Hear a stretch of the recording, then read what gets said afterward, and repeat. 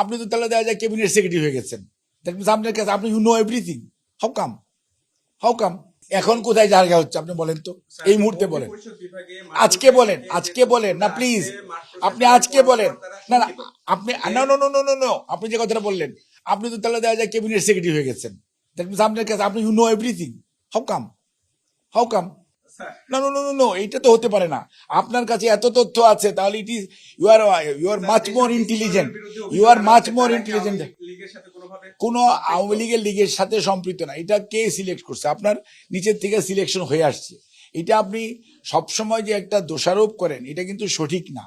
আমরা সরকারি কর্মকর্তারা, সরকার আশা করে তারা সকল দলের ঊর্ধ্বে উঠে প্রজাতন্ত্রের কর্মকর্তা এবং কর্মচারী হিসাবে তারা তাদের দায়িত্ব পালন করছে বলে সরকার বিশ্বাস করে, এবং আমরা আশাবাদী যে সেই অনুযায়ী তারা কাজ করছে। পেমেন্ট সিস্টেম মানে কি, আজকে আমরা এতদিন আমরা যে ফ্যামিলি কার্ডের যে টাকাটা, এটা তো MFS এর মাধ্যমে এবং কিশোরগঞ্জেরটা আমরা ব্যাংকিং চ্যানেলে গিয়েছি।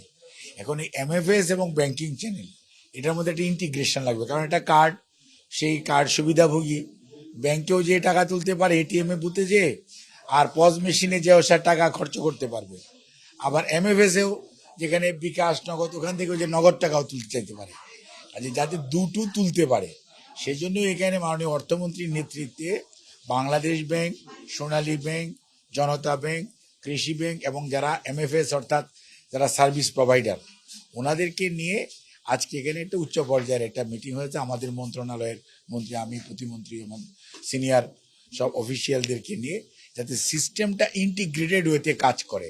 মানুষ যাতে সুবিধাভোগের এন্ডে যে কোনো একটা, সে যেটা পছন্দ করে, সে তার বাড়ির কাছে, তার ঘরের কাছে যে সুবিধাটা অ্যাভেলেবল, সেটা যাতে সে গ্রহণ করতে পারে, সেটার ইন্টিগ্রেশন, একটা সমন্বয়ের মিটিং। এটা আজকে মিটিং হয়েছে এবং আবার ইনশাল্লাহ আগামী বুধবার দিন এটা ফাইনালাইজ হবে যে আমরা এটা কিভাবে মানুষের কাছে যাতে টাকাটা সহজলভ্যভাবে সহজে পৌঁছানো যায়, এই টাকাটা, সেটার একটা ইন্টিগ্রেটেড সিস্টেম। যেহেতু আমরা এখন লার্জ স্কেলে যাব, লার্জ স্কেলে যেতে হলে আমাদের কিন্তু একটা ইন্টিগ্রেটেড সমন্বিত সিস্টেম থাকতে হবে, যাতে মানুষ কোনো কষ্ট না পায় টাকা তোলার ক্ষেত্রে। এই দেশের প্রথম প্রিমিয়াম হেলথ এডিশন এসি, সাথে লক্ষ টাকার পুরস্কার, TCL। ইনশাআল্লাহ আপনারা খালি দোয়া করবেন। আমাদের যে প্রস্তুতি, আমরা চলতি অর্থ বৎসরে আমাদের নভেম্বরের মধ্যেই আমাদের সমস্ত বাংলাদেশের 180 মিলিয়ন আপনারটা সহ ডাটা কালেকশন ইনশাল্লাহ শেষ করব, আমাদের টার্গেট।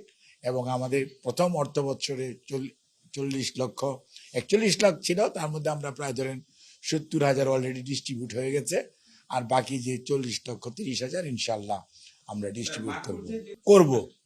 আমরা এটার জন্য আমরা কেবল একটা প্রসেসে তথ্য সংগ্রহকারী, তাকে প্রশিক্ষণ দেওয়া, প্রশিক্ষিত করার পর তাকে আবার সুপারভাইজ করা, ফিল্ড লেভেলে সে কতটুকু ভুল করে সেটাকে কারেকশন করে, এটা কিন্তু ইজ নট দ্যাট যে খুব সহজ কাজ। বাট এটা আমরা ট্রেনিংটা হবে টোটালটাই মাঠ পর্যায়ে।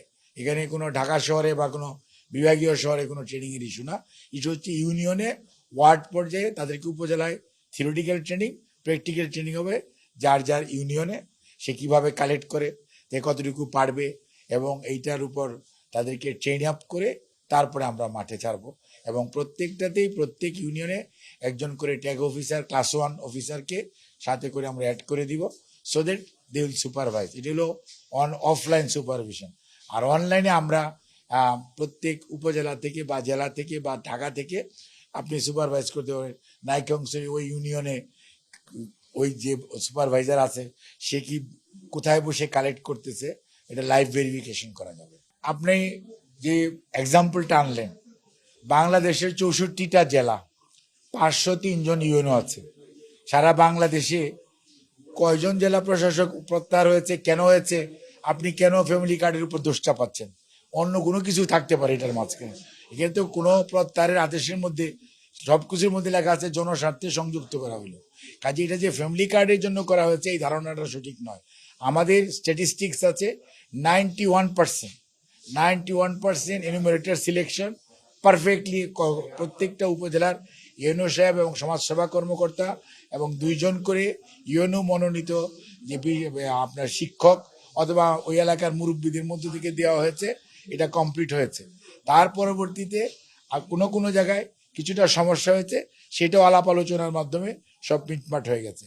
এখন মাত্র আপনার বাংলাদেশে এই মুহূর্তে 2টা জায়গায় এই এনুমারেটরে নিয়ে জাস্ট আপনার একটু সিলেকশন ক্রাইটেরিয়ার মধ্যে, আমরা চাই না যে কোনো অবস্থাতে স্বৈরাচারের দোসর যারা ওনারাও এটার মধ্যেই থাকুক, কারণ তারাই প্রোগ্রামকে বাস্তবায়নে যাতে কোনো একটু সমস্যা সৃষ্টি করা যায় এবং যাদের আগ্রহ নাই এই সমস্ত লোকদের বিষয়, বিশেষ করে আমরা কোনো অবস্থাতেই চাই না যে যারা বিগত স্বৈরাচারের সময় বিভিন্নভাবে ইনভলভ ছিল তাদেরকে এটার মধ্যেই কেড়ে আমাদের এই কার্যক্রমকে বিতর্কিত করা। কারণ এই কার্যক্রম বিতর্কিত হবে না এই কারণেই, এটা ইউনিভার্সাল সিলেকশন ক্রাইটেরিয়া, এখানে কাউকে বাদ দেওয়া বা কাউকে নেওয়া না, সবাইকেই নেওয়া হবে। কাজে এখানে যে যত দ্রুত সুন্দর কাজ করবে, আর এখানে কাজ তো আমরা মাত্র 4 সপ্তাহের মধ্যে আমরা ডাটা কালেকশন কমপ্লিট করতে চাই ফিল্ড লেভেলে। আমরা তাদের উপর এক্সট্রা বার্ডেন, একটা ইউনিয়নের ওয়ার্ডের জন্য আমরা একজন করে নিয়েছি, একজন করে ওয়ার্ড, ওই ওয়ার্ডটুকুই সে কাভার করবে এবং এটার জন্য আমরা 4 সপ্তাহ টাইমের মধ্যে কালেক্ট করতে চাই। তারপরে আমরা রিভিউ করবো, একটা হলো ফিল্ড লেভেলে রিভিউ হবে অন দি স্পট, আর একটা হবে আপনার উপজেলা পর্যায়ে, তারপরে সেন্ট্রাল পর্যায়ে যে তারা অন্য কোনো ভাতা কে কে পাচ্ছে কে পাচ্ছে না, এগুলো আবার আইবাসে এগুলো সমস্ত রেকর্ডিং আছে, সেইটা স্ক্রুটিনি করার পর দেন ফাইনালি আসবে যে কারা পারফেক্ট এই মুহূর্তে পাওয়ার উপযুক্ত, সেই উপকারভোগীকে দেওয়া হবে। কাজে এখানে আপনি যেটা বলতেছেন যে সরকারের কার্যক্রমকে ব্যাহত করা হচ্ছে, আপনি যদি পার্সেন্টেজ ওয়াইজ এই বাংলাদেশের মতো দেশে হিসাব করেন তাহলে এই পার্সেন্টেজকে আপনি ধর্তব্যের মধ্যে নিতে পারবেন, এবং কোনো অবস্থাতেই ভাবার কারণ নাই যে ফ্যামিলি কার্ডের ডাটা সংগ্রহের সমস্যার কারণে কোনো সরকারি কর্মকর্তাকে প্রত্যাহার করা হয়েছে বা তাকে কোনো ধরনের শাস্তিমূলক ব্যবস্থা, ঘটনাটা তা না, বরঞ্চ আমরা চাই সরকারি সকল পর্যায়ের সাধারণ প্রশাসন অ্যাজ ওয়েল এজ সমাজসেবা প্রশাসন সহ সরকারের সকল উপজেলা পর্যায়ের যে কর্মকর্তারা যে দায়িত্বশীলতার পরিচয় দিয়ে কার্যক্রম এগিয়ে নিয়ে যাচ্ছে, সেজন্য এটার ভিতরে আমাদের পাইলটিং এর সময় ইভেন আমরা যে গত 16 তারিখে কিশোরগঞ্জ করেছি, আপনারা নিজেরাও দেখেছেন, সকল বিভাগের কর্মকর্তারা দে আর ওয়ার্কিং উইথ হ্যাপিনেস। কাজে এটা কোনো অবস্থাতেই আমাদের মধ্যে কোনো ধরনের মনস্তাত্ত্বিক দ্বন্দ্বের কোনো সুযোগ নাই এবং সবাই সন্তুষ্টি সহকারে কাজ করছে।